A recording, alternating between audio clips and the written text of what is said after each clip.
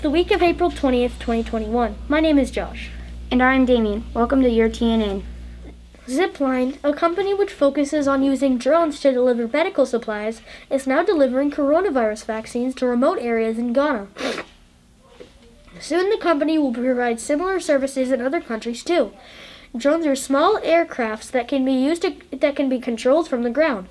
They're especially useful in a country like Ghana, where many people live far away from larger cities and there aren't many choices for speedy transportation. Drones can be the best way to quickly get important medical supplies where they're needed. Zipline first began delivering medical supplies with drones in Rwanda in 2016. The company's work in Ghana began in 2019. This story comes to us from Las Vegas, and it may soon impact us here in Arizona. We are currently experiencing one of the worst droughts in record history here in the southwest United States.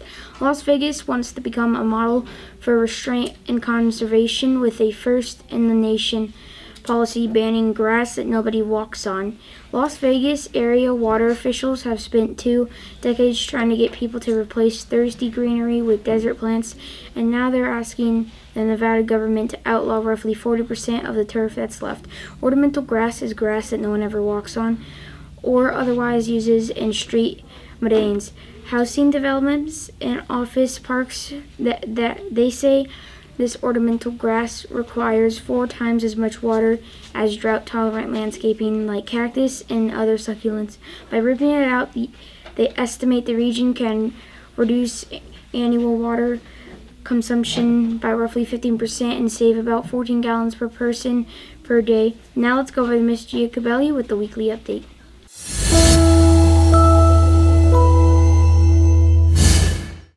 Good morning, Tartesso students, parents, and staff. This week is another busy week. We do have Galileo post-testing all week for grades K through 2. We will have AZM 2 ELA Part 1 for 3rd through 5th grade students on Wednesday, and ELA and Math Part 2 on Thursday. We will have makeup testing on Friday. Thank you so much to all the families that participated in our Peter Piper fundraiser on Friday. I will be notifying staff and community the amount that we earned as soon as I get those numbers. Yearbooks are now on sale. There was a website sent home in our newsletter last week. We have our Apex Fun Run coming up, sponsored by our PTO. That will be on May 7th, so we're super excited about that. And parents, if you have a child that will be entering kindergarten next school year, please make sure if you have not registered them that you call our front office or stop in and enroll your child. We also will be offering Kinder Camp June 1st through June 11th, 7:30 to 2:30, so we hope that you get your kids registered as soon as possible. Please continue to talk to your children about their grades. Progress reports were sent home last week, so there should be another 3 to 4 weeks before report cards come home. Let's have a great week. Thank you, Miss Giacobelli. Now let's go on to Miss Williams with counseling.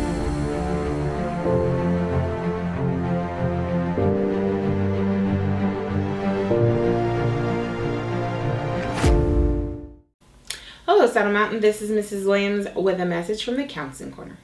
This month, our focus is on generosity.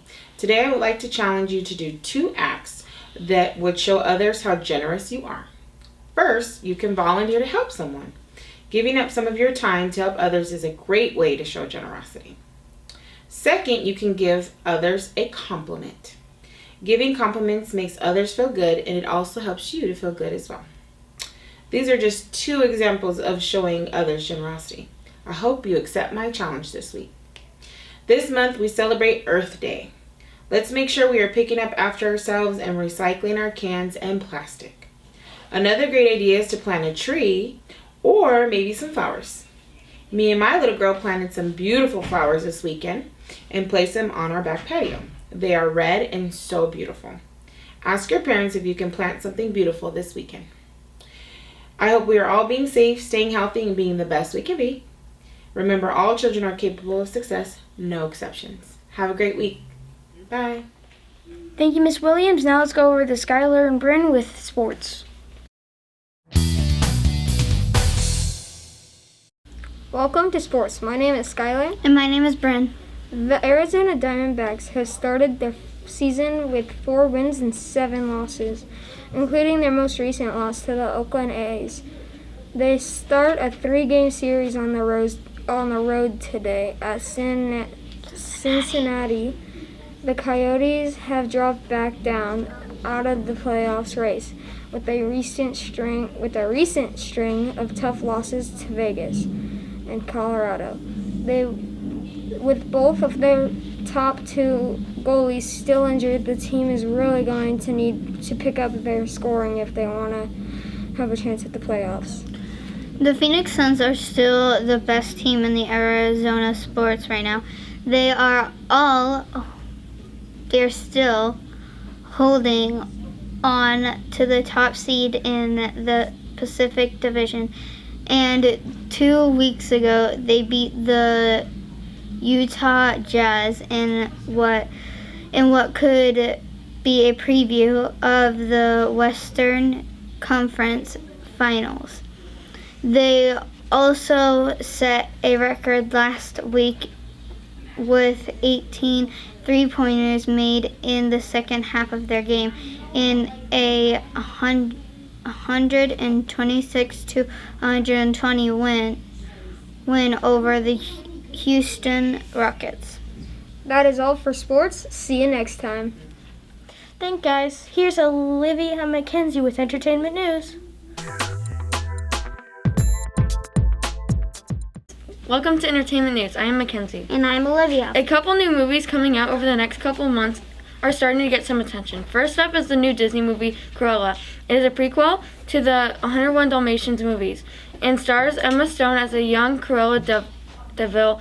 It will be rated PG-13, so it may not be appropriate for young viewers. It comes out on May 28th. The next movie that we are going to talk about is Space Jam: A New Legacy. It stars LeBron James and all of your favorite Looney Tunes characters. This is one of the most anticipated and longest awaited sequels in recent memory.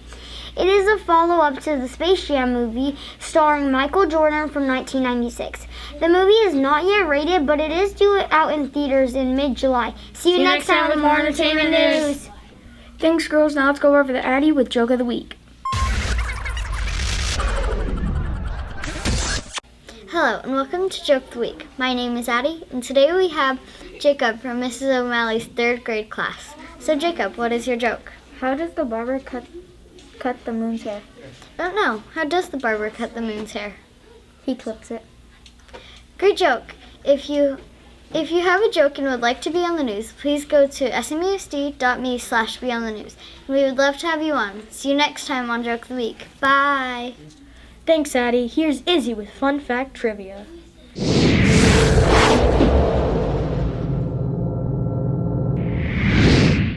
Welcome to Fun Fact Trivia. My name is Izzy. April 20th is National Cheddar Fries Day. It is celebrated on this day because it was chosen by the restaurant that invented them over 40 years ago. The restaurant first accredited with making the French fries covered in melted cheddar cheese, beef, tomatoes, and jalapenos. It's called Snuffers, and it is located in the Dallas, Texas area. This day is an easy day to celebrate. Make a big plate of French fries, cover them in your favorite type of melted cheese, put your favorite toppings on them, and enjoy with your family. Today's question is, how many pounds of cheddar cheese does the average American eat every day? A, 5, B, 10, C, 15. You have 10 seconds to make your decision.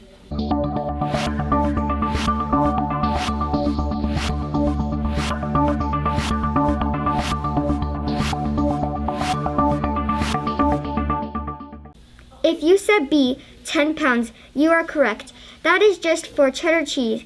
In total, the average American eats 40 pounds of cheese per year, with about half of that coming in the form of mozzarella, mostly from pizza.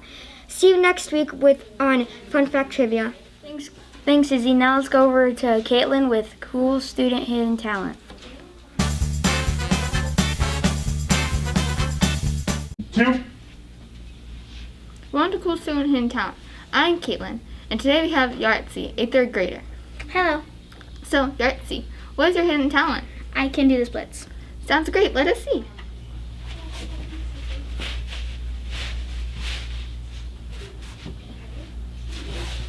Wow, great job, Yartzi. When did you learn you could do that? When I was around 6 years old. If you have a hidden talent and you would like to be on the news, go to the link below. See you guys next time. Cool. Michelle's here with This Week in History.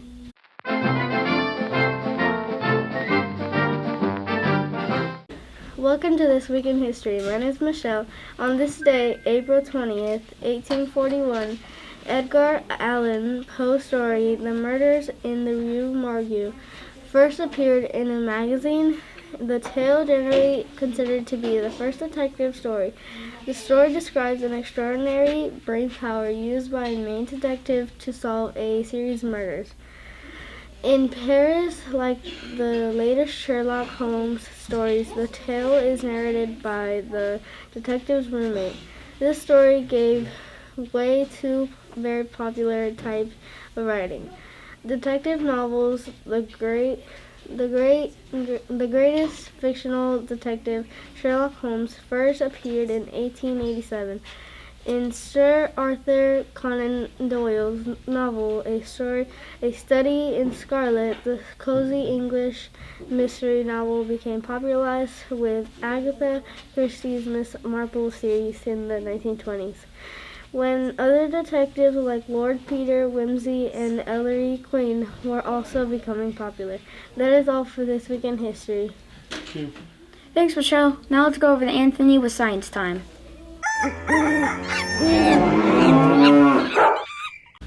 Welcome to Science Time. My name is Anthony. Some 100,000 years ago, an extended family of 36 Neanderthals walked along a beach with the kids jumping and freckling in the sand. Scientists report after analyzing the beachgoers' fossilized footprints in what is now southern Spain. We have found some areas where several footprints appeared grouped in a chaotic arrangement, said Eduardo Mero, a paleontologist at the University of Huelva. The footprints could indicate an area of passage of very young individuals, as if they were playing or loitering on the shore of the nearby waterlogged area. Merrill told Life Science in an email. In June 2020, two biologists discovered the tracks on a beach in Diana National Park after a period of intense storms and high tides. Only later, after Merrill's team analyzed the prints, did anyone realize that some Neanderthal footprints? She said nobody recognized the existence of hominoid footprints at that time, which were only discovered by my team 2 months later when we began to study the whole surface in detail. See you next week with more Science Time. Thanks, Anthony. Queen is here with Word of the Week.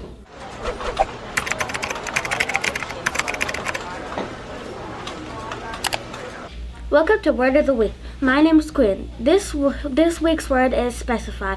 Specify is a verb and it means to identify clearly and definitely. Here's how you can use it in a sentence. When I went to the doctor, I had to specify the pain in my leg was. This is all for the Word of the Week. See you next time. Thanks, Queen. Congratulations to all of our Heart Heroes for this year. Thank you to everyone who participated. Take a look at these pictures from last week.